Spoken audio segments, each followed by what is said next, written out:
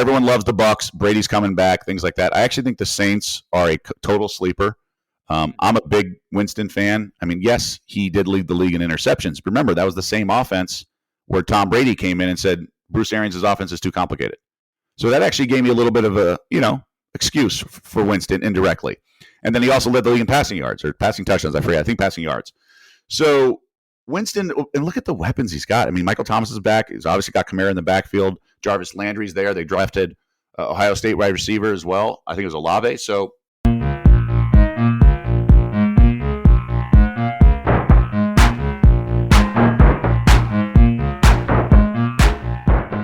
welcome to another episode of the Football Analytics Show. My name is Ed Fang, your host.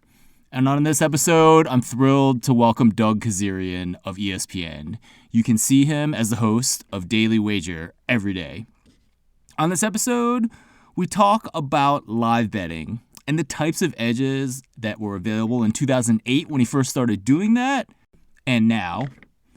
We dig into the 2022 NFL season, and we talk about some teams to tail and some teams to fade. And then we discuss the state of betting in the United States with legalization. The Football Analytics Show is brought to you by the Power Rank Sports Betting newsletter. This is a free service that gives data-driven information that strives to be three things. 1, valuable. 2, concise. 3, entertaining.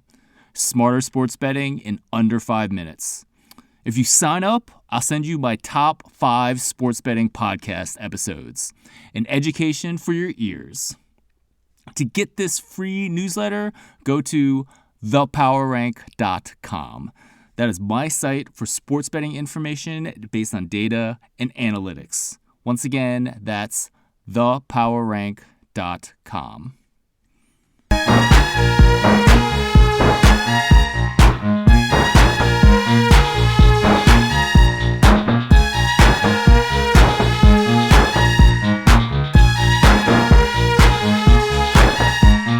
Joining me on this episode of the Football Analytics Show is Doug Kezirian. He is ESPN's sports betting analyst, and he is the host of Daily Wager. Doug, welcome to the show. Good to be with you, man. I know we've talked a little bit about getting together, and I really appreciate the invite onto this show. So I'm excited because I know we've had some fun conversations in person together, but it's good to get it here on the show for others to listen to. Absolutely, yeah. And when we talked in person, Doug, I never really got a chance to dig into your story. How did you get into sports, betting, and now your position at ESPN? So it's almost like two paths collided, right? And I was living this like double life, so to speak. So goes back to like my childhood. Just, everyone has sort of their story, whether it's an uncle that introduced them into betting or whatever. I was at 4 older brothers, and so never really had control of the remote control growing up. So cartoons were never part of the day-to-day activity for me. It was always sports on TV, which was great because I was naturally a sports fan to begin with. And just always watched sports, loved it. And then, you read the LA Times because I grew up in Los Angeles, and there's like the point spreads in the newspaper, and it's very different than it was now. And so I just always felt like I was intrigued by the game within the game. And then, you gravitate to friends in high school who are also into it. And so you kind of just look at stuff. I was in some pools, pick-em pools in the NFL during high school and stuff. So always sort of kept an eye on things, always found it really interesting. And then I wanted to get into broadcasting. So in high school, I was in print journalism, like sports editor of my newspaper in high school, but I also wrote for the LA Daily News. I was a stringer, just covering high school sports here and there, and then sometimes worked the desk for like the Agate page, which is sort of that page with all the box scores. And sometimes they have high school box scores. I worked on that. This is my junior and senior years of high school. So when I went to college, I felt like I wanted to do broadcasting as well. I had this sort of pipe dream to be at ESPN. SportsCenter was obviously taking off, had this pop culture fame. And I was able to get a gig at a local FM radio station, which was all campus students working there as well. It's like technically not on-campus radio, but it kind of was. And then just got internships and then sort of realized, wow, I kind of want to do this. This is like be the local sports guy. And back then, Keith Olbermann was in L.A., and we had Fred Rogan and some other staples of L.A. Local news. And I was able to get internships. And then when I graduated, get my first job. So I just kind of came up the conventional path. And I say conventional because it's a very unconventional business. But for the most part, people in sports broadcasting sort of follow the blueprint of minor league baseball. It's like single A, double A, triple A, and then the big leagues. So I started out in Missouri and then Iowa and then Vegas. And when I got to Vegas, there were no Golden Knights, there were no Raiders, and sort of the home teams, if you will, was like boxing and UFC and like sports betting. And that's the stuff you covered a lot. And I just got really into it, befriended some guys at the Las Vegas Review-Journal. And over time, I was able to write guest columns. And then my local sportscast, I actually did a daily pick, and I actually did some bad beats if it worked out well in a big game or something like that. So I was very heavy on sports betting content. I would interview pro bettors. I would interview odds makers for big things like the Super Bowl and NBA Finals. And I just made it sort of a local beat, if you will. Yeah. Now, during that run, I also launched a radio show with a couple other guys from the Las Vegas Review-Journal, and it was all betting, and it was an hour show. And ultimately, the local ESPN affiliate, the radio station, bought us and brought us in, and it was great. And then I went to ESPN. The ESPN call came. And so I went to ESPN. It was like, this is where sort of my double life joke was sort of happening. So I still had this passion for sports betting. I had kind of gotten to grad school, if you will, in Vegas, just getting that crash course. And then I was doing conventional stuff. So I was doing Sports Center, Baseball Tonight, NFL, shows, baseball shows, and then I was doing radio as well for College Game Day. And all this stuff was awesome. And slowly and surely trying to weave in a bet reference here and there. And then once the Supreme Court ruling started to take shape, I was able to pivot and kind of merge these paths and do betting at ESPN. So I had all this training from on camera, but then I was able to just implement all of that into betting content. So I started writing for ESPN.com's Chalk section, which is their betting section. And then ultimately we launched Daily Wager. And then that's where I am here, because we relocated the show. Awesome. So as an LA guy, like, how did you first end up in Missouri and Iowa after your college career? Yeah, no, it's a great question. So I played water polo in high school, and it was a pretty competitive program. We were like top 5 in the country, very intense. One of those kind of like lacrosse is in the East Coast, very regional. And I wanted to play water polo in college. I wasn't 100% committed to it. I'd say about half the schools I applied to, have had good, water polo programs. So I ended up going to Brown, which was top 20 ranked every year. And like the top 7 are in the world by themselves. It's the Cal, UCLA, USC. Those schools, and there's a drop off of like 8 to 15 and then 15 to 20. So we were sometimes between 10 and 15 and then sometimes 15 and 20. Just a little background for people. So it was great and awesome. Loved Brown, wonderful experience. And I was able to maintain the journalism. So I did a little bit of the Brown Daily Herald newspaper. I always wanted to do journalism, but I didn't think I had to go into like J school. I just felt like so much of journalism was like hands-on. So would I have benefited trying to go to like Missouri or Syracuse or one of those schools and going? I'm sure I would have. I just wanted a liberal arts education, and playing water polo was much more higher up on the food chain in terms of my desires and preferences. So I was able to get internships through that. Right. No, and at Brown, you can just kind of figure out your own path, right? Yeah, I mean, I was an econ major, but largely because it was like the one major I kind of like got, if you will, it resonated, and it didn't have a ton of requirements. So I was still able to take psychology and U.S. history courses and all this other stuff. I think I took Spanish my freshman year too. So like you're able to design your own curriculum, and what you end up doing is you design your own liberal arts education. So, but there was no media studies classes back then. The campus radio hadn't launched, but I worked for a Providence station. And so what happens is I just called a bunch of stations, and I figured if I'm going to go to a small town, I might as well go to a small college town, because that'll be really cool to cover sports, right? Yeah, sure. There's a big difference between Springfield, Missouri, and Columbia, Missouri. Now, Springfield is higher. Is higher up on the food chain in terms of market size, but Columbia's market 142. But you're covering Big 12 sports at the time. It was the Big 12. Right. So I called it, and I was able to send my. I mean, you're offering a free unpaid internship for course credit, so a lot of people were willing to take me on. So I just went to a summer and spent in Missouri and got an internship, got course credit. And then I came back there after I graduated. But what happens is, even before that, I was able to make a demo tape, because it's called a resume reel, because that's essentially your resume, right? It doesn't matter what you are on paper; it's what you are on TV. And so I sent it to a few spots. I got an interview in Yuma, Arizona, and some other nibbles here and there. And I was able to go back to the station that already knew me, and they brought me back for football season. It was Gary Pinkel's first season, and it was great. And I got great hands-on training, and then I got a better job, so to speak, later in Iowa. So, and again, submit your resume reel, submit, and there's a lot of unanswered tapes that went out, right? There's a lot of demos you send to people, and they're like, thanks, but no thanks. So it's a very thankless world, and there's no timeline you really know, and it can be brutal. But that's the business, and I knew that going in, so I wasn't too discouraged along the way. But that's how you end up with these places. There's websites with postings, and you apply for basically every single posting you can. And then in Iowa, were you in a college town there as well? No, it was more of a they're small. There's D3 schools, so like Augustana had big football, but that at the time, it wasn't like where it is now with like iPhones and everyone getting all their scores. Like we would do highlights in the local news of like both the Rams and Chiefs and Cardinals and Cubs. So it was we had more NFL content, more pro sports content, but there was minor league teams. So there's single A baseball. And that was actually when Joe Mauer was drafted number 1 overall by the Twins. So they actually had a loaded team. They had Mauer and Morneau, but just in general, it was like big stories you covered. And then the Cubs went and that was the Bartman years as well. So there was a lot of stuff going on. I'd go to Chicago for opening day of Wrigley Field. I went to some Rams games here and there as well. So even when I was in Missouri, I did. So sports has changed a little bit over the years in local. Like some places have gone more and more local. Some have done less. But we had a nice, healthy balance. For me, it was just really nice to we did high school football a little bit, but I also, I dabbled in news anchoring as well. So I was just getting the reps, and I liked my coworkers. I liked my bosses.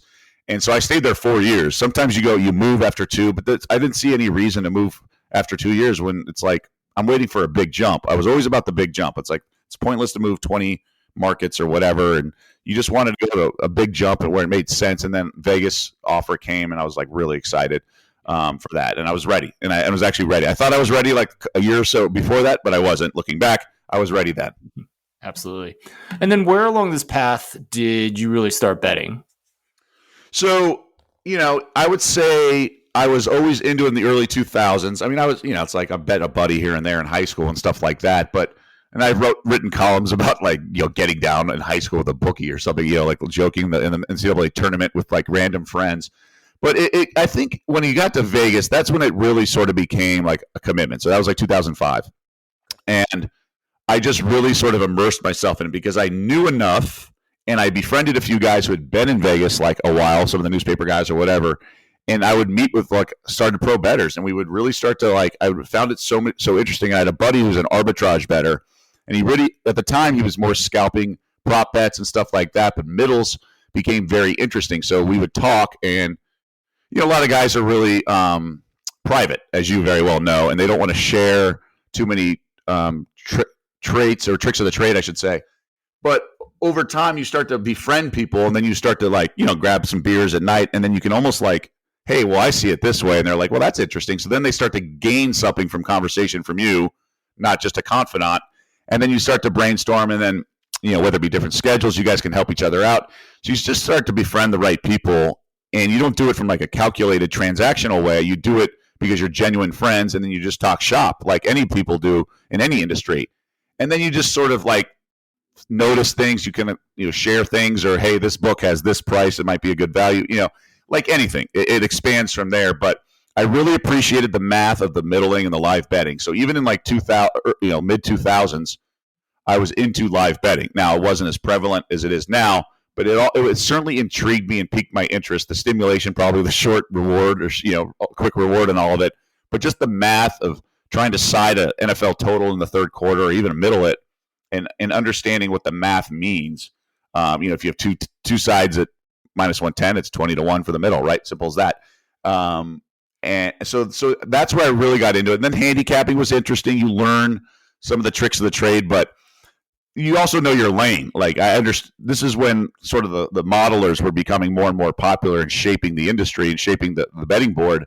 And I just knew I had no modeling background, but I stuck to my guns in terms of what I did have, and I understood the math of middling and arbitraging, and that was my lane that I really tried to hone in on and really started get as many accounts in town. You see who's putting up line. I mean, you can be camping out in a book when Wynn's going to put up a second half total in the tournament. I mean, it's crazy some of the stuff you can do because this was before all the apps, and you just learn stuff.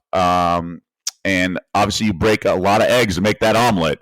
And the best lessons are the ones you can get from someone else, but you obviously doesn't happen very often. You learn your own lessons, and that sort of was the crash course that I was living while working. But doing the betting radio show helped too, because you brought on guests who were specialists in whether it be preseason football or whatever, and then you could really see how they talk. So these podcasts were great for the viewers and listeners, but they were great for me as well, because I could really just glean as much wisdom as possible. Yeah, absolutely. I mean, that's why I love doing this podcast, because I get to talk to people like you, pick your brain, and always trying to learn. So Doug, like 2005, you're live betting. There's no apps. Actually, there's no iPhone back then. So kind of take me through what happens. Like, I mean, you're in the sports book, I presume, like at halftime of what, an NFL game? And then you're on the board. Right. So this was like straight timeouts back then, right? But some places would put up some quarter lines, or what you could also do is take a big position before the game. And that's something I do not recommend in football, because the units of scoring are 7 or 3, and one team can get away from you. But in the NBA, I try to, it's a little bit of a tightrope act, and I've certainly been burned, but you can really get some interesting positions if you kind of understand substitution patterns, if you understand situational spot playing. So like a lot of times I'll bet like a first quarter line, and I won't just do that. Like if I think it's a great spot, and because back then this was like pre-Donaghy, sometimes the officiating was a little shaky, or times, or like the home team would get. So you can lay a number and play it all back within like a few minutes of the game. So essentially you're betting a first quarter line, but you're hopefully rewarded much more handsomely at the end of the game. So if an NBA team's like -4, and you love them in the first quarter, that's fine. Bet them in the first quarter, but I'll also take a huge position at -4. Maybe there'll be some 4.5s flat or plus money or something in the market. And if you don't want to lose juice or eat too much juice, you can do stuff like that.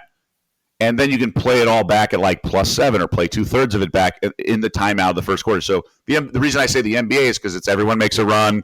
There's all tons of craziness in the NBA. So the key numbers in the NBA are 5, 7, and 6 in terms of most common margins of victory. So you can kind of just have fun with it, and you're creating a 20-1 ticket. Again, you have to absorb risk. Don't always advise it in football, and especially college. College can have these one-sided blowouts like you've never seen. But it can be a way to incorporate live wagering when you already have one position and you sort of build a portfolio. And we talk about it in the futures market, right? Like I have some at 100-1 and 80-1 and 60-1, and then you sort of do the math and what it becomes. And then you can sort of build your portfolio as the playoffs go deeper or whatever it is.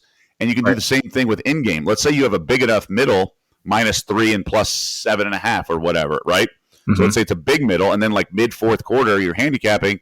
You may play back some of that 7.5 at -6, just because you want to now it's the 3 was covered, but now you can open it up a little bit and essentially create a pocket. So you have 3 and 6, but +7.5. So there's ways to do it and have some real fun, as long as you can do some quick math.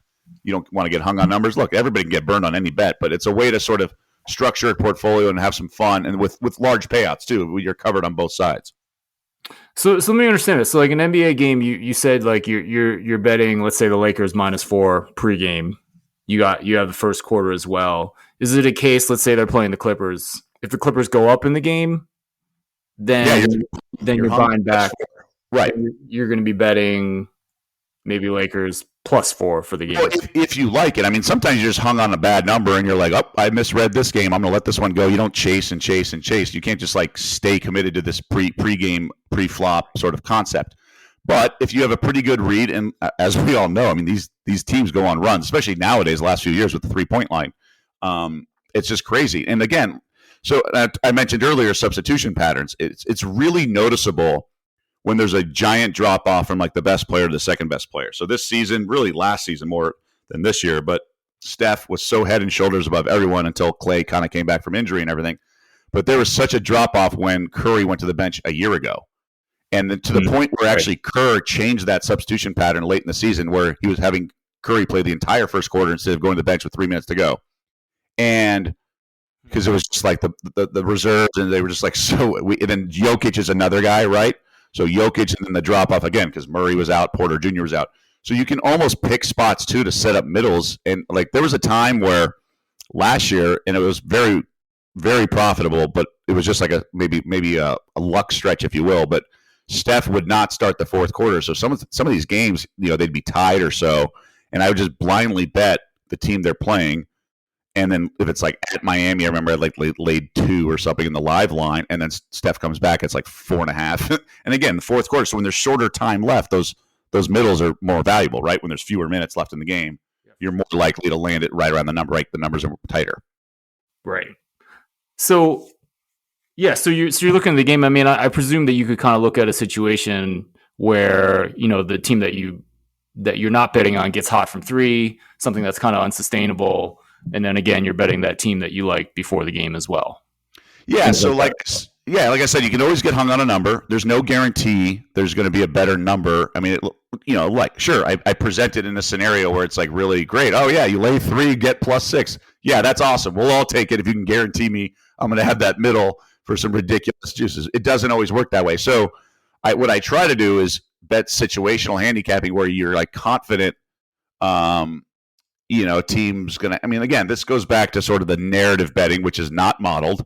And, there's schools of thought, as you very well know, that some people think it's hokey and you can't really predict some of these spot playing and the bounce back spot, the revenge spot, all that stuff. Some of it, obviously, is random. Obviously, there's always going to be situations where things line up and you're like, oh, my God, this is a great spot, and like it doesn't materialize. And then you find out later that the coach is not really caring in the middle of the season, that he's trying to prove a point, blah, blah, blah, or maybe working on substitution patterns or whatever it may be.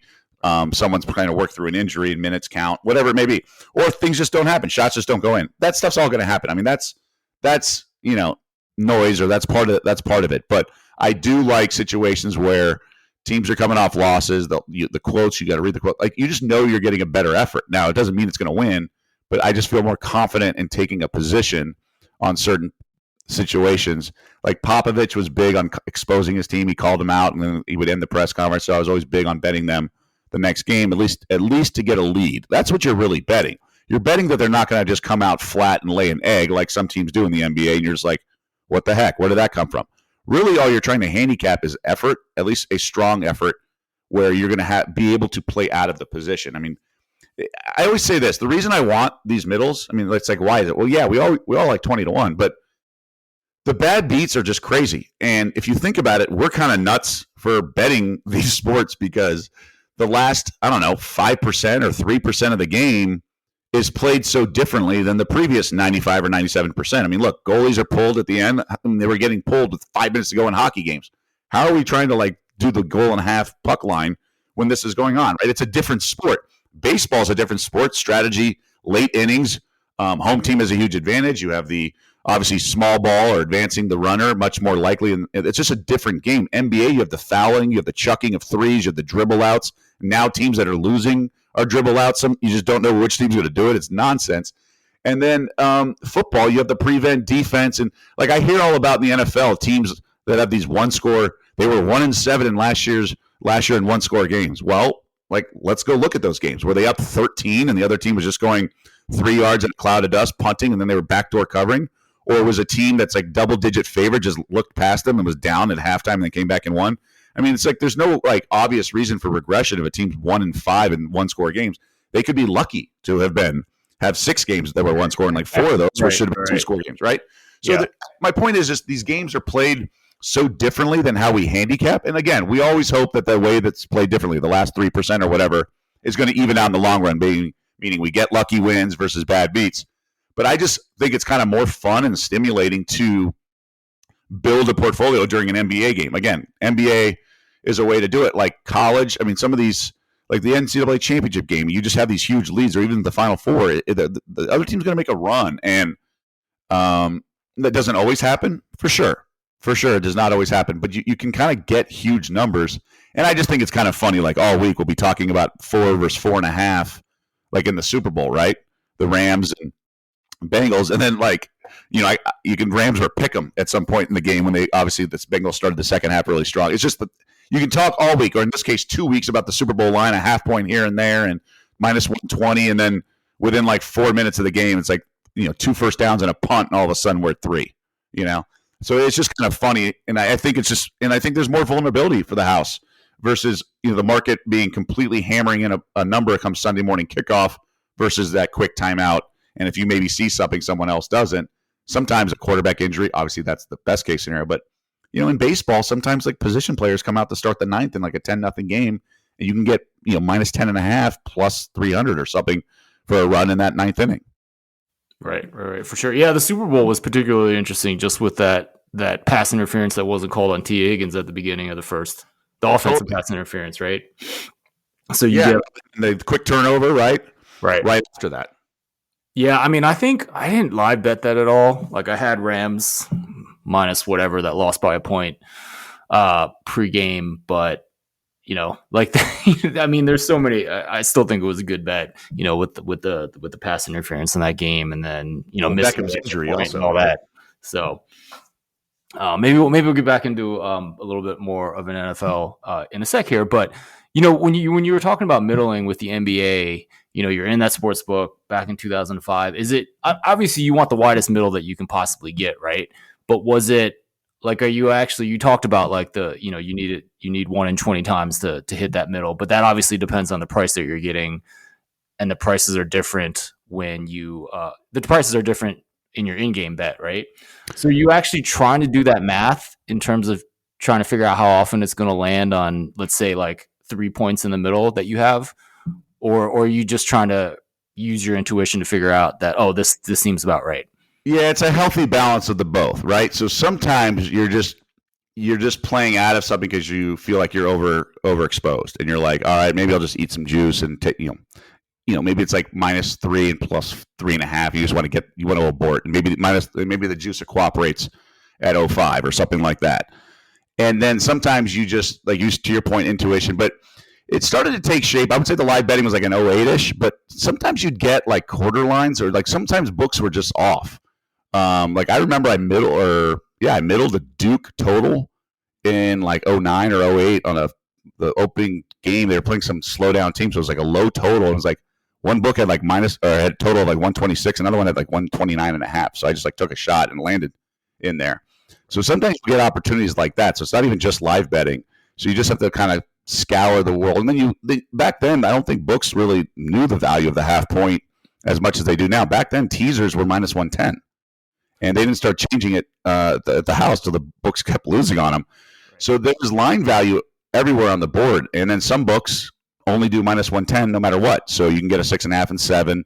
If you, again, low total, when those Ravens Steelers games back in the day when Palomalo was flying around. And so there was just opportunities all across the board. But going back to live wagering, like, yeah, it's just sort of a gut feel. But yeah, you're doing the math on the fly. You're like, well, you don't want lane 115 is very different than lane 110, right? But if it's if it's like early fourth quarter, it's late in the game, then you're more inclined to do that, depending on where you are in your bankroll, how exposed you are. It's just sort of a gut feeling. I always tell people, if they're new to this, just to log the score, time remaining, every time out. Just log the score, time remaining, and what the live line is, side and total. And you'll see what happens as you go through it all. And how it fluctuates, and with the time, as there's less and less time left, the favorite becoming less and less of they're going to come back if it's trailing all game. So that's always interesting. I also felt I was actually doing the first half over, second half. If I liked a game over, I was doing the first half overs, and then I find out like a decade later that Haralabob was doing something similar.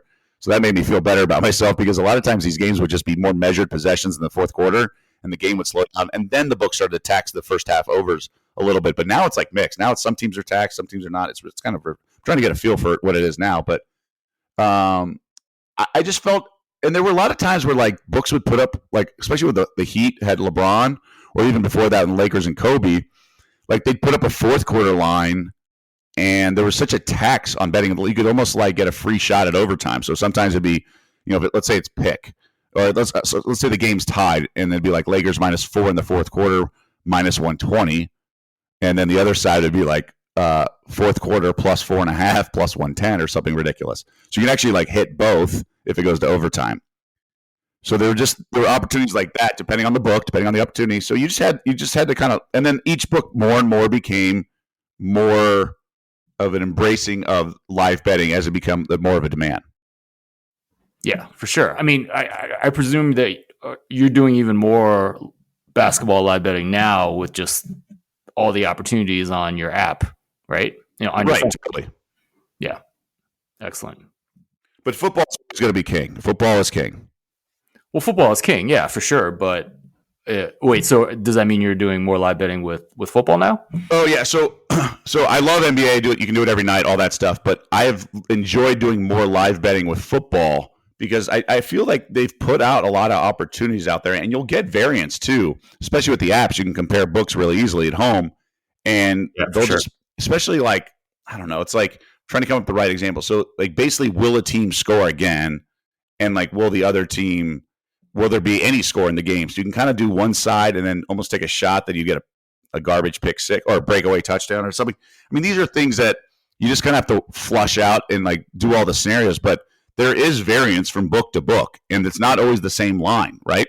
So they might say this team's not going to be a scorer. So you can grab it like an under at one book plus money, and then maybe the favorite minus like 200 or so if they have the ball and they're at midfield with like 4 minutes to go.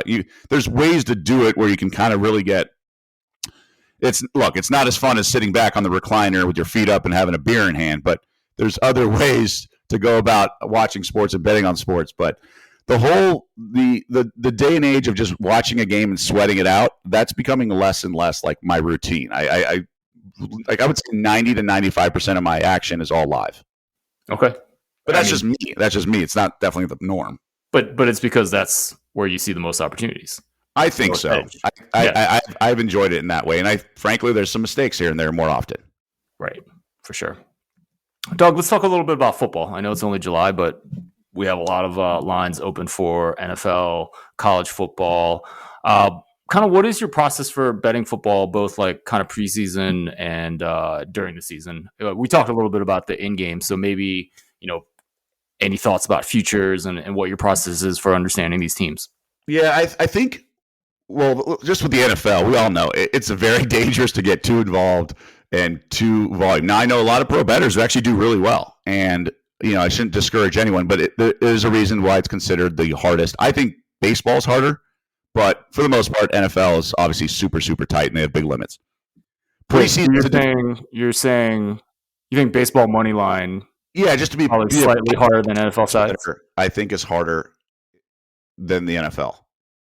But it's like if I'm 6 one way, half a dozen the other kind of thing. I just think betting baseball is really, really tough.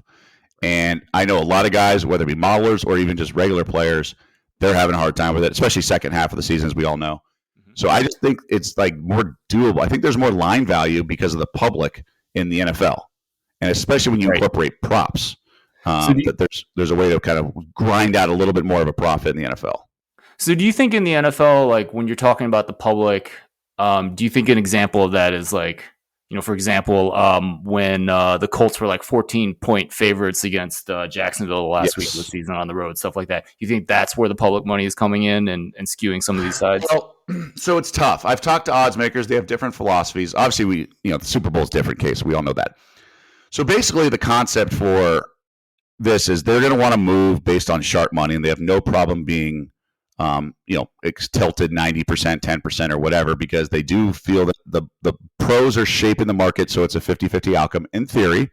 And so if they're getting plus 110, they're happy with their position, even if 90% of the public's on one side.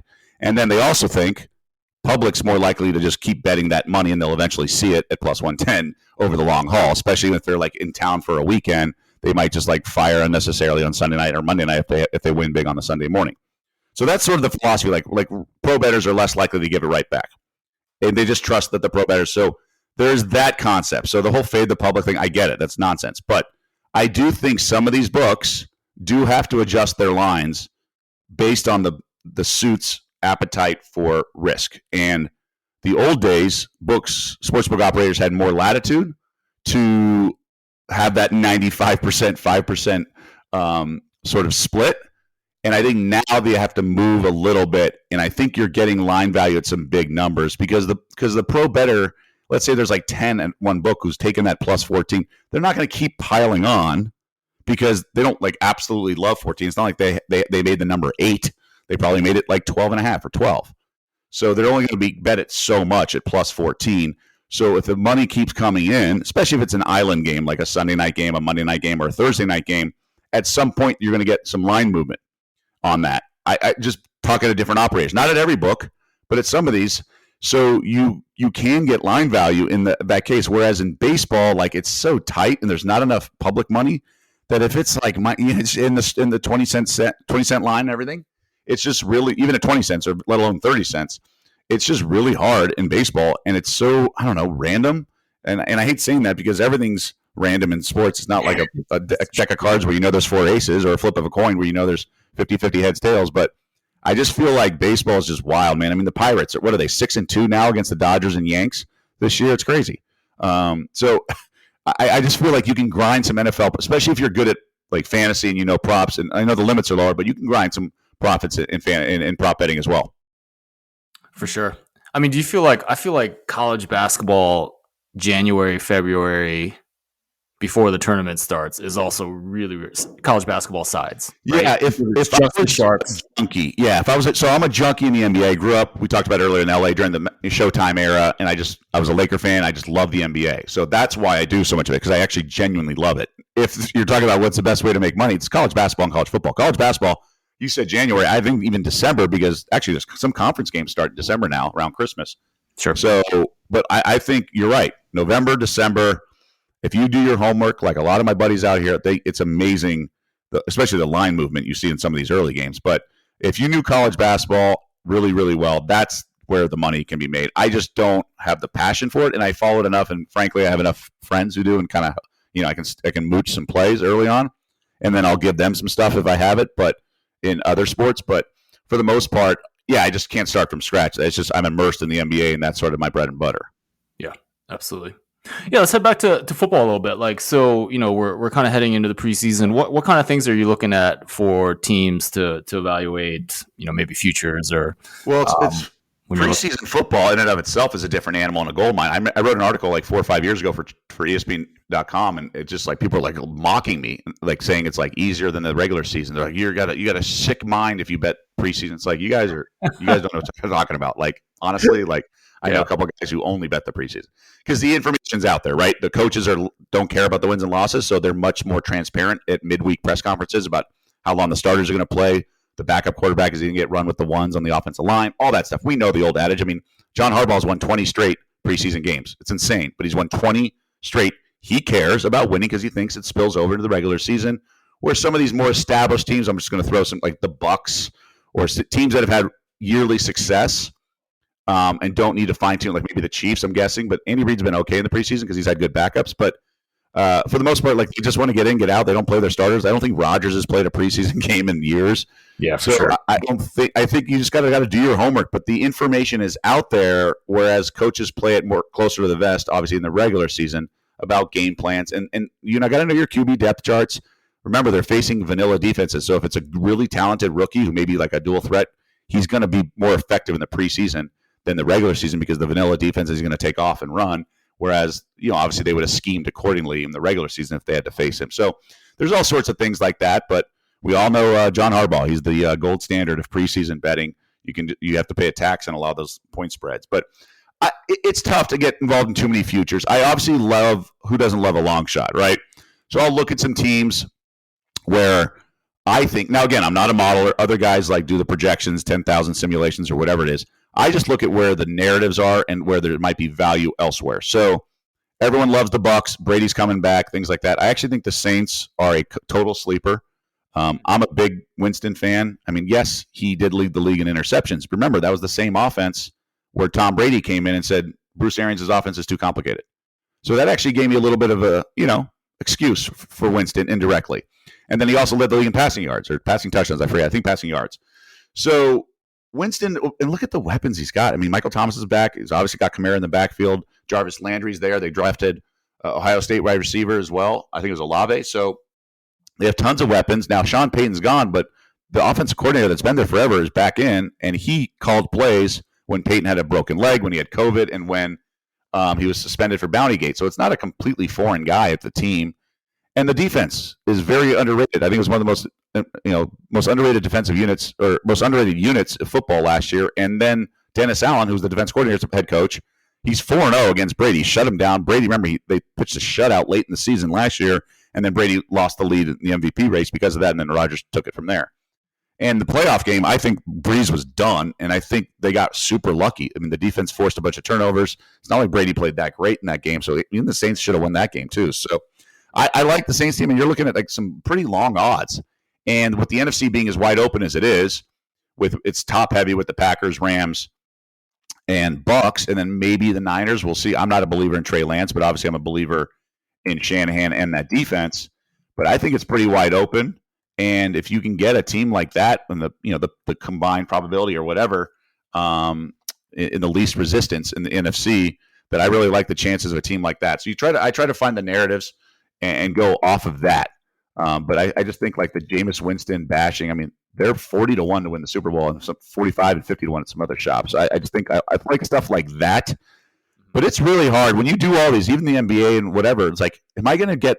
Are these better odds than what I'm going to get at the beginning of the playoffs? I mean, it's like sometimes these teams are 30-1 and they've already made the playoffs, but they're not the top seed, so they have 3 playoffs, and they maybe have to go on the road and all of them. So can the Saints win the division? I actually think they can. Does that mean they're going to get the 1 seed? No, but it means they may host a playoff game.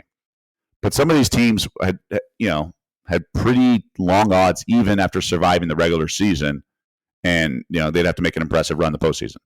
Yeah, no, I would agree with that. I mean, I believe in Tampa Bay as probably should be the favorite in the conference, but I think the Rams have a lot of questions. I mean, this is a team that I kind of doubted going into the playoffs. I was clearly wrong about that because they ended up winning the Super Bowl, but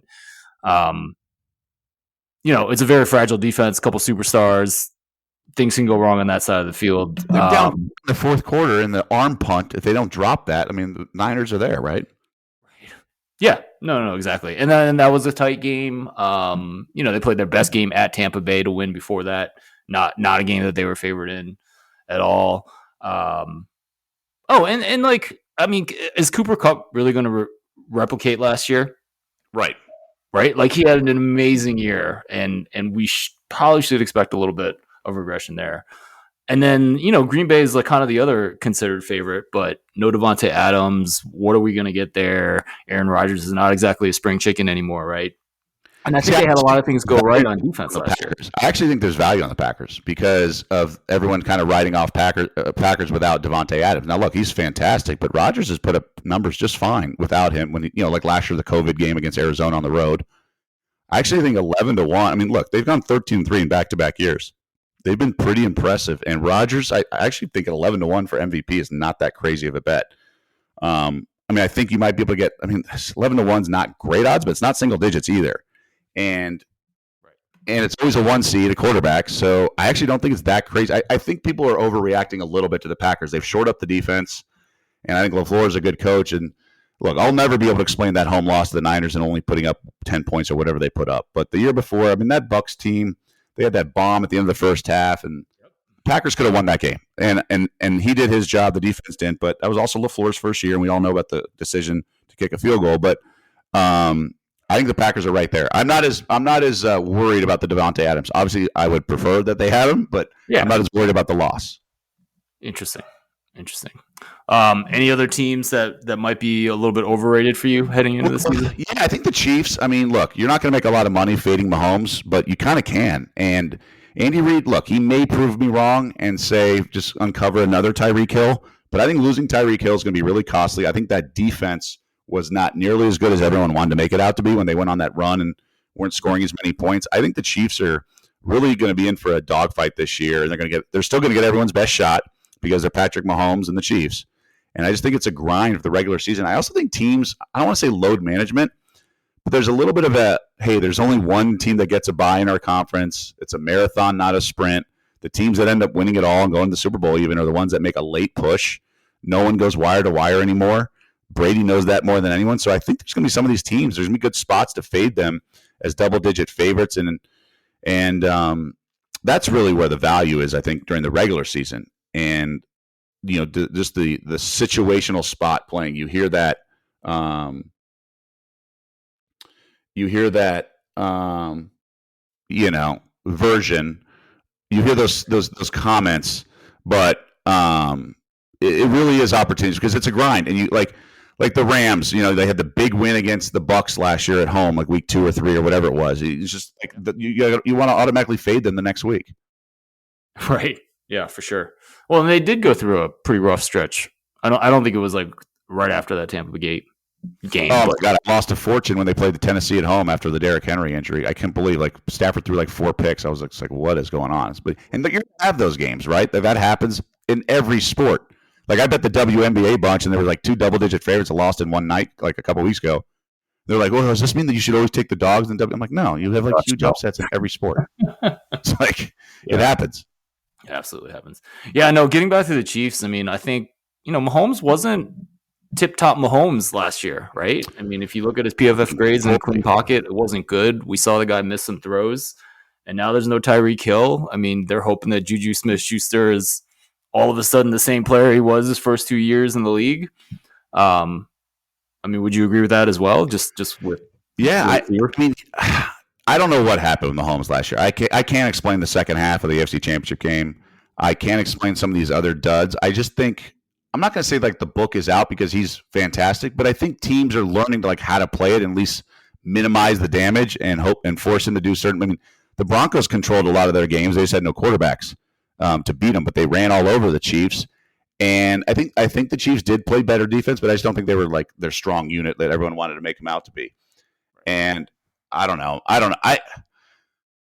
You got to be careful fading the Chiefs because I wouldn't be shocked if they won the division, but I'm definitely not picking them to win the division. I think there's value with Denver particularly because I think the upgrade at quarterback is certainly obvious, and even the change of head coach. I mean, Fangio was just lost at times with timeout usage and everything. Right. I mean, and Denver still has a lot of talent in that secondary as well. Totally. And all these weapons on offense. And Russ is going to be just fine there. Yeah.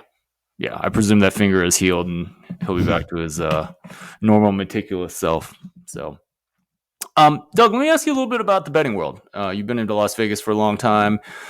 You are back there right now. We are in a world of legalization with a lot of domestic sports books. You talked a little bit about the corporate influence on those books.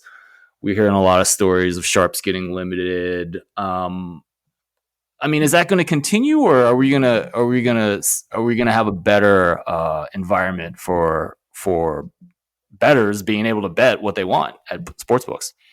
It's a great question, and it's the $1 million question, right? Because some books embrace it, and they understand the value of letting sharps bet into them.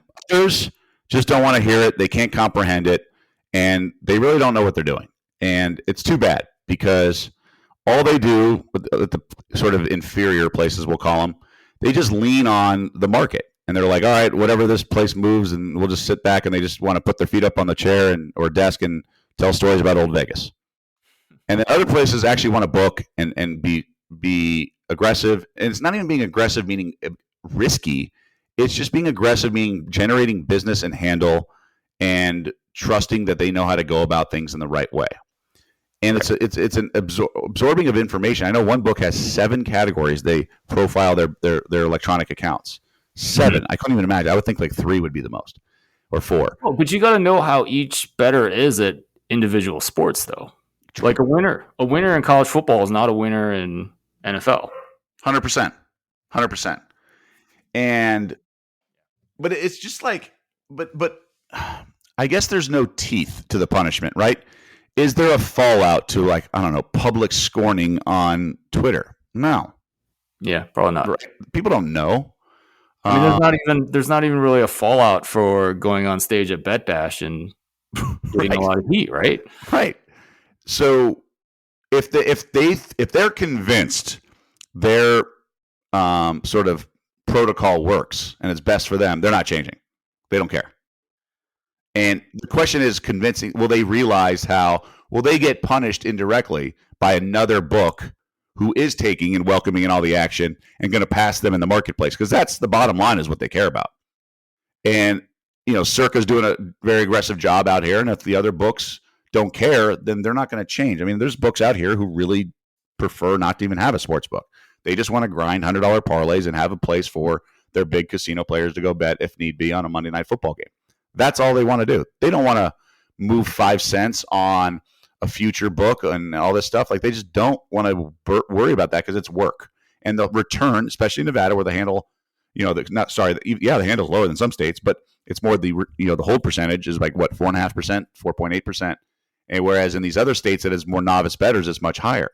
So the books are going to focus on the masses and do these giveaways and same game parlays and all this stuff that you can't do in Nevada, or they don't offer in Nevada, I should say, because they're focused on the bottom line. And it's the bottom line will dictate it. So I actually, unfortunately, do think this is just going to continue until you get someone who has the sort of right approach. It's like these pro sports teams, right? I think everyone should be like Ballmer. I think every team should have a guy like Steve Ballmer or the Warriors who are just going to pay a boatload of money. I think that having a sports team is a luxury, and these teams, these guys that come in and then like nickel and dime stuff and worry about the P&L sheet and all that, it's just not cool to fans. I think like these baseball teams, these these middle market teams, like it just infuriates me that they let the they have more money than whatever. Just spend it and go win, and then the value of your franchise goes way up. So it bothers me. It bothers me that there's fans in these markets who do not have a competitive team, and they can blame big markets. Like Dan Gilbert used to cry all the time. Well, you know what? The max player deal actually hurt Cleveland. They thought it was going to help, but the max player deal hurt. It should be an open market, and therefore, like, there's only be one max player on each team instead of 3 now. Mm-hmm. Yeah, I mean, I think you're talking about. Well, you talked about the bottom line, and everyone's interested in the bottom line, but I think your example with the franchises is all about, is it your bottom line today or is it your bottom line in the long run? And a team like the Warriors is willing to spend because they know that the value of that franchise is skyrocketing, right? Correct. And we've seen that. And long term, they're going to make their money back if and when they sell that franchise. But it's a gamble because in theory, the value long term of all these franchises are going up because of the TV deals. Right. So you can remember there's that story. I think Deadspin exposed like all these owners in baseball for complaining. I think I want to say it was the Pirates owner was complaining the most. Okay. And then it turns out that he actually made money last year, the previous season. So it's just like how So it's all like I don't know. Like, look, the Warriors did it perfectly because they won, so the franchises go up even more with that success. But for the most part, all these NBA teams are going up, and they can obviously grind out and be. I mean, the Thunder's value is going up now. They're getting draft picks and supposedly drafting well, but all these teams that are barely above the price floor, they're winning, or they're winning in the long run because it's going up. Right, for sure. But I mean, I guess in the sportsbook case, right? Like, if you're limiting sharps, you're trying to maximize your bottom line this quarter, whereas Circa is trying to maximize their bottom line indefinitely into the future, right? Yeah, but sharps don't always win. That's the other thing. They want that money, so they're like, I mean, so in theory, again, I'm just going to throw out numbers. If it's a 90-10 split on a game, is it so awful to be 87-13% split? It's because the public wins, sometimes. So the sharps aren't going to nail every game. They got, there's a few bloodbaths last year. So I don't know. I don't understand. There's probably a happy medium where some of these books, they don't care. They should probably put up like a bat signal at like a half hour before kickoff on Sunday morning saying, hey, all you guys we ban, and all you guys are allowed to bet up until this amount right here, because they'll take it. I know they should. Yeah, that's actually a good idea, right? I mean, I think it just makes it so blatant. It's funny, this whole industry. And I said this at Bet Bash. Like, I've talked to friends in the betting space, and like, let's say a buddy of mine's a lawyer or whatever. He's like, wait, what? Like, certain people can't bet because they like win. Like, that's not like legal. I'm like, it actually is. As stupid as it sounds, it sounds ridiculous. But so the stuff that's going on is just ridiculous. Now, there's a lot of people who just like have other accounts and have mules and just go bet. And I saw some tweets saying, I'm still getting down. I don't know what they think they're doing. They'd be smarter if they just let me do it. It's under my name, and they can kind of profile the action more accurately. But not everyone's willing to run through those hoops. So, Doug, what if the federal government came in and was like, all right, you can't limit people like you're doing now? Like, what would we see? Would some of the bad books like MGM like just go out of business, or like what? Well, MGM takes bets. I mean, they take some. I mean, well, not on my account. Well, okay. Well, I don't know. I can't speak to specifics. So I'll say this. So you're saying that if it's a federal law, like it's so. Yeah. So right now it's a state to state situation, obviously. So let's say betting is legal federally, and they say you can't do this, and there's an equivalent of an SEC, right? Like let's just say that every sports book has to post a limit for every bet, and that bet that limit has to be available for every bettor that they serve. So you can't say. I think the books, what they would do is they wouldn't fold. They would realize they're just fine doing this, and then they would either fire their bookmaker or odds maker, or get a good one who knows what he's doing and knows how to handle sharp bets that come in with a limit. But they could do that now and probably see their bottom line go up. They're scared. They're just nervous. They freak. They freak at everything. They're like, why would I do that if I could just not bother? Because they don't care enough. It's the hold percentage isn't worth it enough. But it's like any company. How many times you go through a drive-through and some drive-throughs stink, some are great. Every time you go through a department store, it's like, well, why don't they do this? Why do that? Because companies aren't run 100% efficiently. Yeah, that's for sure. I mean, that's what it comes down to. There's other fires to put out, and you learn this. I've talked to like a bunch of buddies at big companies, not in the sports betting space, and like bosses just like want to get problems off their desk. Like they want to put out the fires and go home to their family. That's basically what they want to do, or play golf, or do whatever they want to do with their free time. They're not worried about like the small sliver of like better, more efficient company they can run with what's the difference in hold percentage? Like how much more money are they going to bring in if they actually do it the right way? I don't know, but they just don't want to waste their time and risk doing it that way because they could get burned in theory. Yeah, I guess they could get burned, right? I mean, especially in the short term, and then they lose their job. And well, like I've seen books. I mean, again, it's human error, it's computer error, whatever it is, that have the wrong team favored in a soccer match. Or I saw one book last year had college football first half total the same as the game total, and I just like texted the odds maker because I knew him. I said, hey, I screenshot it, like heads up. And look, if somebody bet it, they could maybe kick that guy, whatever it may be. But there's always going to be a lot of, and especially with the menus where they are now, they're just overwhelmed. And the last thing I want to do is worry about some guy lying in the weeds picking off a bad number because the market moved while they were, taking a 10-minute break. Well, and yes, so sportsbooks make mistakes. You last year for the NFL draft, you had a lot of bets for, what was it? Tyson Campbell was listed as the first safety. Correct. Yeah. So he was coming out of Georgia, and MGM listed him because I think a lot of these indexes were posted a month and a half out, which is aggressive. And he was sort of like a tweener, right? He's one of those tweeners and projected by some as a safety, and they just, the draft coverage hadn't ramped up. Ultimately, I mean, he played corner in college. Actually, Urban Meyer, who drafted him in the NFL, recruited him as a safety in college when he was at Ohio State. But so he's one of those tweeners. We see it with like edge rushers and linebackers and some guys who are undersized for edge, but they can play linebacker or at least a rover in a certain defensive scheme. So he's just one of those guys that was a tweener, and I felt it was, mispriced. Right. So, I mean, would you consider that the sports book has every right to call him a safety, and they just had a bad price on him, right? You got 100 to 1 at MGM. Right. Like I thought the right price should have been like 20 to 1. I mean, the question is like they had a minus 350 favorite, and then they had the second and third favorites were like, one guy was like plus 150, and I think the other one was $2 or something like that. So just for the natural hold percentage, they had everyone else like 100 to 1. So I don't know what the right thing was. I mean, he was like the 8th corner taken. I mean, he didn't go to the second round, and the Raiders were supposed to take Woodard at 18th overall.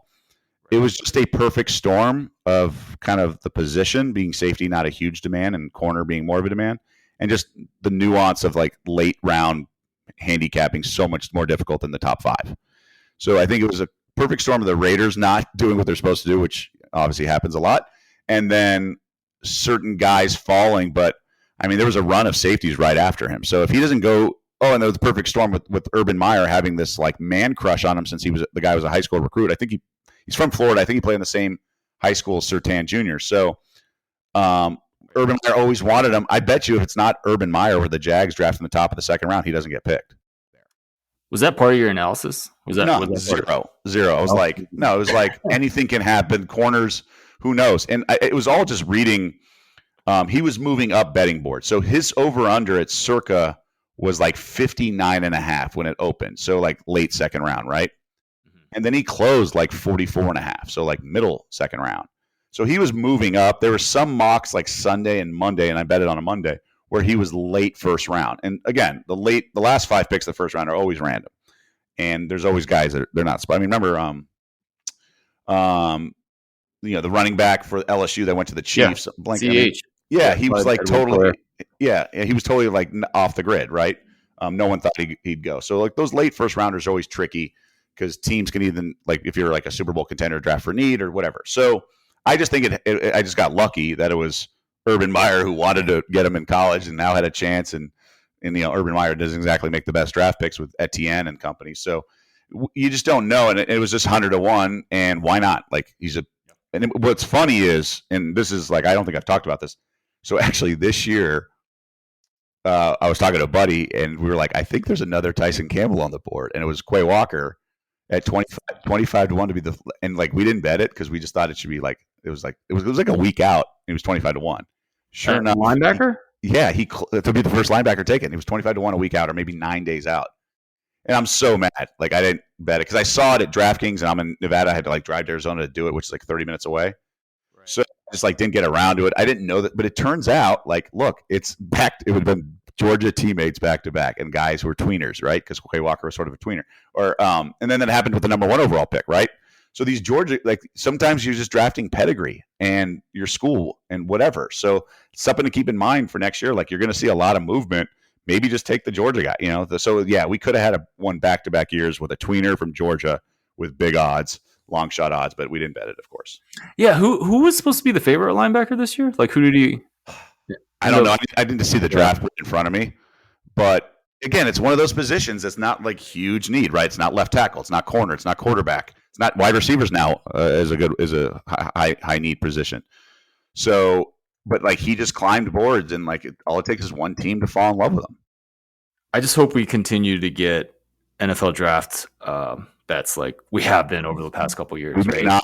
It's a good point. I was at a barbecue on Monday, and an odds maker's there, and they're like, "Yeah, we're not doing it anymore. Like we'll do the NFL draft, like top 3 picks or something, but like we're done." I'm like, "Well, it's just because nobody does their job right." Like, and he's getting defensive. He's like, "It's impossible." I'm like, no, you need to assign one guy to do it all. He's like, look, there's people picking off the bad numbers, so why can't that person also make the number if they're devoted with that energy?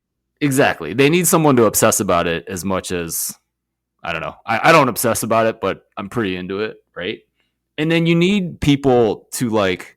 I mean, this is actually something I don't think sports books get much at all, right? The correlated nature of bets. So like if you're going to move Derek Stingley to be the favorite at the number 3 pick, you better change the market for what position the first draft pick for the Houstons is going to get. All the secrets there, Ed. Come on. What's that? Let's not give away all the secrets.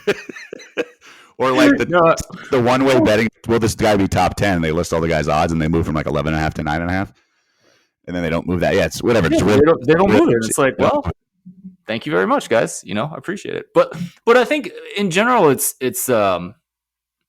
I don't know. Maybe I'm just trying to toot my horn here a little bit, but like, there's examples of this everywhere, right? Like if you move the win total for like the Cleveland Browns, you really should move the win total definitively for their 3 division mates and probably a little bit for like everyone in the NFL, right? Because it's all correlated. And yeah, depending on how they don't.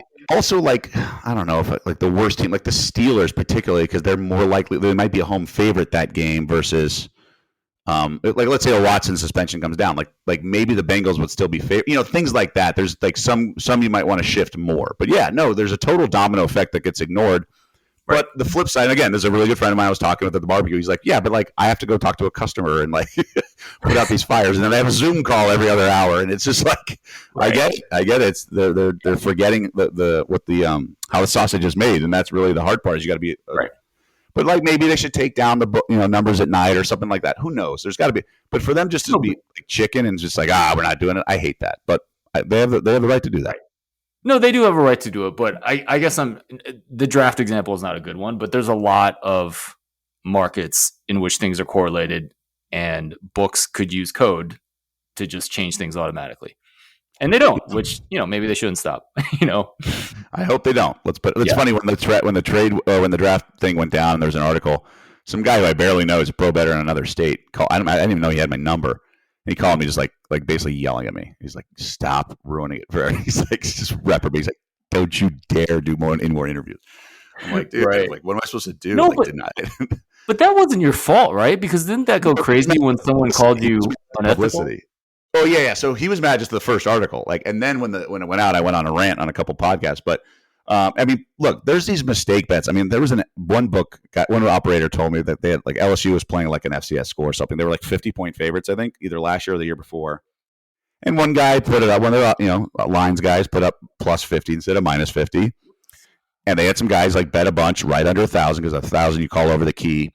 And they had guys who had like 5,000 down or 6,000, whatever. And like those guys were allowed to either cash tickets or never bet there again. And I totally get that. Like I get that. This was not a mistake. So I was like very appalled and insulted that people thought it was like some shady move. Yeah. It's like, I mean, frankly, like it was up for a month and a half. I was like, I didn't see it for a month and a half. So like, I'm just as, caught off guard as everyone else. Like I just got lucky a few days before the draft, but it would have been up forever.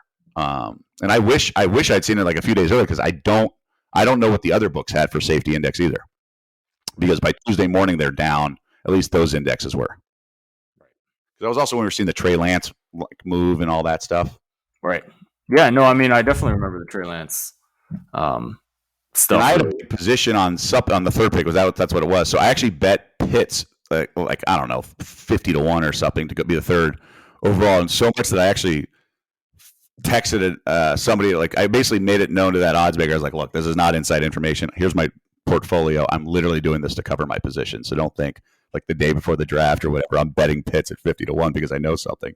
Thankfully, I mean, I wanted to lose that bet because I had a huge bet on other stuff, but I had Pitts at 4 to Atlanta, if I'm remembering correctly. But you always worry about that. It's like sometimes the optics are so bad. Like when I was first working here and covering the Running Rebels, and they actually went to the Sweet 16 in 07. Like I never made a UNLV bet, and because I just didn't want that optics. Like let's say some stupid thing happens like right before game time, and Kevin Kruger was the point guard and he's hurt, and it's like, oh, I must have known. It's like you just don't want the stars to align. So actually, it was like the running joke was like, I'm insulted that people thought I had inside information on something like a second round pick because like people just didn't know. Like you can't even have inside info on like a 5th pick. Yeah. So it was just annoying that people were just running their mouth and didn't really understand like the nuances of it all. Yeah, absolutely. Doug, would love to end the show with some potentially non-sports questions. Sure. What's your favorite book?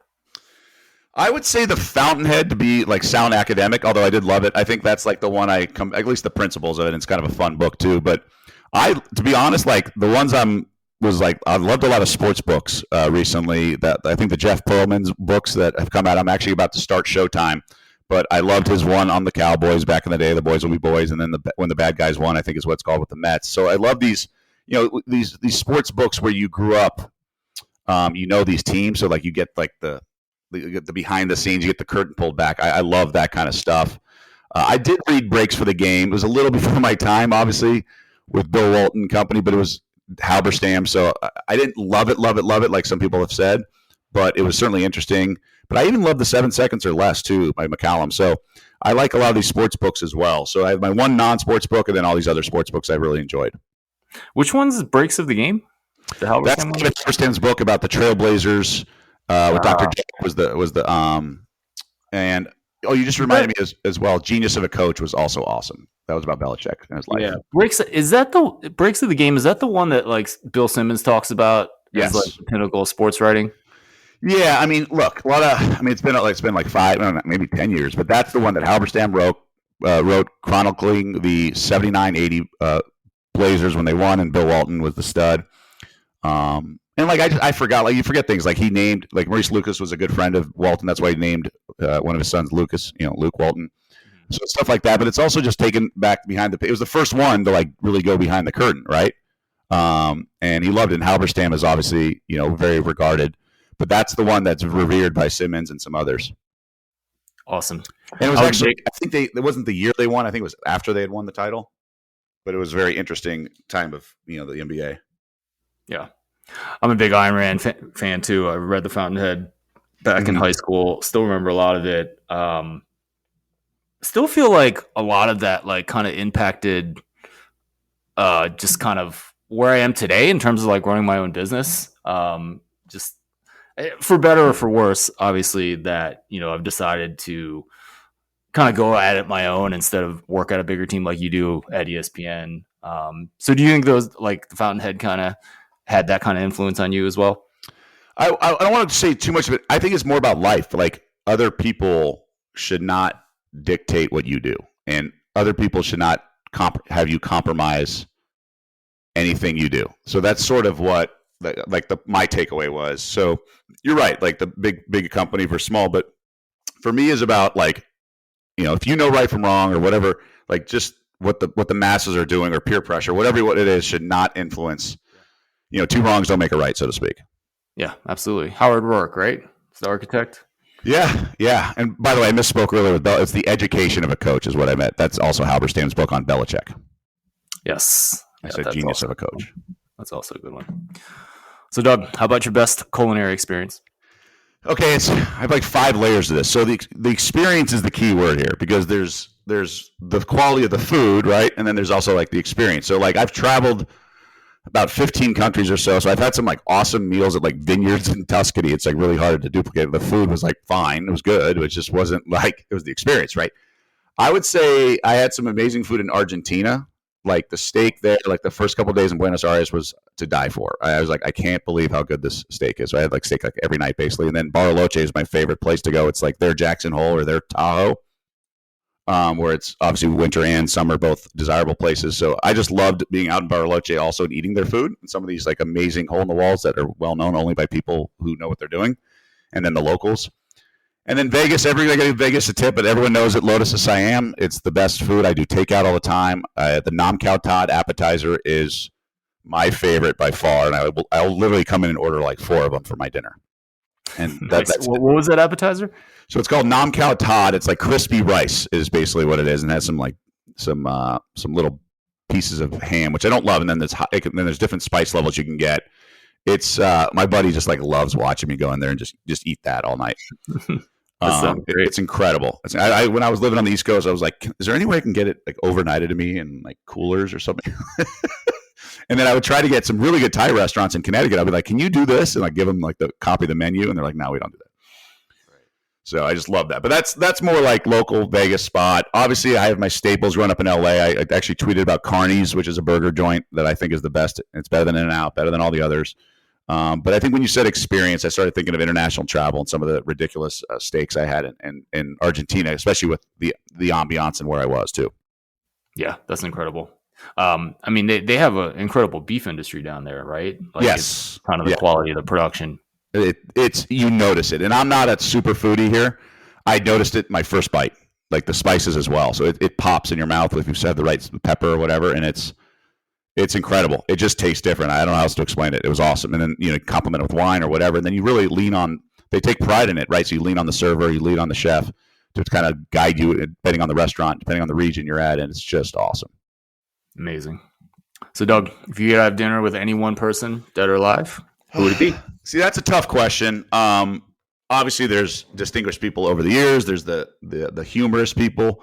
I would say just my 2 cents. So I would say my dad, because I lost him, a long time ago. So I would say I want people to realize like who've been through it and stuff like, things can be going great in someone's career, some life, but there's always like something like that sucks, for lack of a better word. So I would say that just from a catching up standpoint. But in terms of celebrities, I don't know, man. Like there's always people that have interested me. People that have created, invented stuff. There's really no one that I was trying to come up with. You gave me a heads up on this question, but my first reaction is people that have close to me, even like best friends over the years and whatever, family members over the years that you lost. I think that's like inevitably what I would want to do. But I think going back through time, I mean, there's not even an athlete I'd love to chat with, really. I've been blessed to chat with a lot briefly over the years, whether it be before an interview or during an interview. But, old presidents obviously are interesting in their philosophies, and inventors and super successful people now, obviously, they're the guys who dominate the headlines. I just, no one really stands out. And like, maybe you just want to laugh and get dinner with Barkley. I mean, something like that, right? Like I've heard like foursomes, like he's always mentioned as one of the 4. That's probably what I would do. But, I've been blessed to be able to interact with a lot of people. I'm not going to name drop a bunch, but like I've just living in Vegas or being with ESPN, I've been in situations where I've been able to interact with some of these guys over the years, even my high school and stuff like that. And they're my friends' dads and stuff.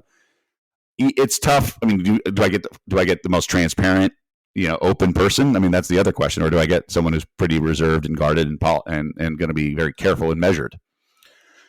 But yeah, so that's my roundabout answer. No, I'm sorry to hear that you lost your dad. Tell us a little bit about what made him special. Well, thank you. I was in high school, or actually, it was right before college when I did. But just it's funny you mentioned the Fountainhead. He was sort of the gold standard about integrity and things like that. But I think it's more just. I mean, look, everyone has a connection, and it's funny you mentioned the book. I'm going to roundabout answer. So one of the books I read was a Cinderella story by Bill Murray. It's like a paperback, 40 pages, 50 pages, and it was really a lot of humorous stories of his upbringing more than anything because he had a big family. But one thing he wrote in that book, I was like, wow, this is actually pretty profound. He said every boy always thinks they're just like their dad, unless it was a very toxic situation, whether it be abuse or something very serious like that. But every guy growing up always assumes that. And it's actually, he's like, to be honest, you take after your mom, because in that era, in his era, and my era, is like the mom's driving around a bunch, the dad's at work.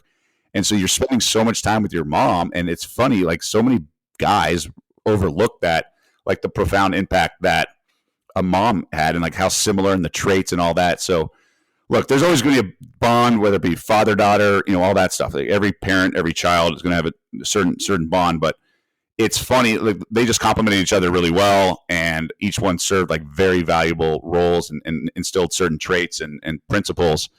But everyone's, if you grow up in a healthy family like I did and most people did, it's just you have that, you always want more time, and over the years with certain people, and that's the most precious commodity is time. So we all know that as we work so hard and have a bunch of stuff. And I live, in Vegas, and I've lived in Connecticut and Iowa and Missouri, like I talked about. I've lived in different states than my brothers, and it's been tough, seeing my nieces grow up. So when I was in Connecticut, my brother in Boston has 4 kids, and it was great to go see them as much as I can because it was about an hour 20 door to door. But now it's harder to do, and you can only do so much Zoom. So I was actually on vacation last week, as you know, just seeing the whole fam. So it's just time. You're trying to catch up and make up for lost time, I think, is what we're all trying to do. And that's why, with all this technology, we're trying to work more efficiently. But then what ends up happening is we work harder and longer with the access now that we have to technology. But that's really what it comes down to. It's trying to make up for lost time. And, we all have people in our lives, whether it be grandparents or whatever, where we've had to endure loss at whether it be an early age or just someone else's life is shortchanged. So you just really just catching up with people that you haven't had the full allotment for, that you kind of shortchanged. I think that's a profound thought to end on about, making best use of the time that we have with our family. Doug Kezirian, thank you so much for joining me on this episode of the Football Analytics Show. Please let everyone know where they can find you online and on television.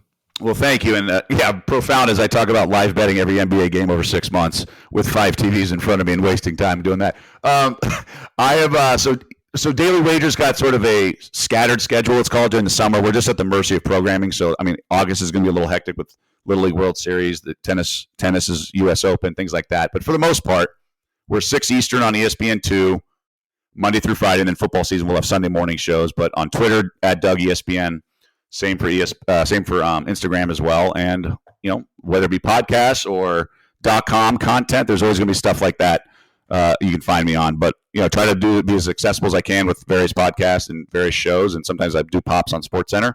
And there's try to be everywhere, right, like we all are doing, but trying to really just provide good content, whether it be on air or other, just have fun talking about sports, because that's really what sports betting, because that's what we're all trying to do. Absolutely. And Doug, when you're live betting the NBA, you're working. Yes, just remember that. I'm very busy. I'm very very busy. Right. That's what I tell my wife every NFL Sunday. I'm working, honey. As long as it continues to pay the bills, that's what matters. Exactly. Doug, thanks again. You got it, bud. Thank you.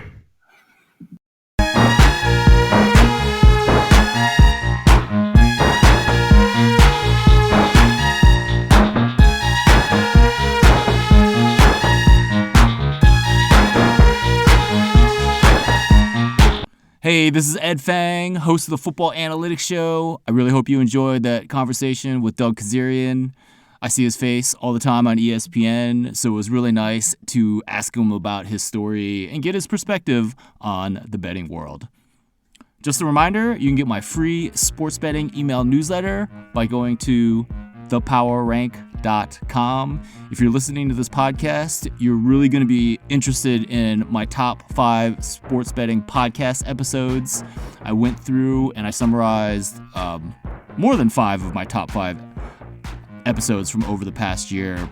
If you sign up for my newsletter, I will send you that You can get that at thepowerrank.com. Once again, my name is Ed Fang, host of the Football Analytics Show. I'm honored that you listened to this episode or any episode that you might pick up, and I will talk to you again soon.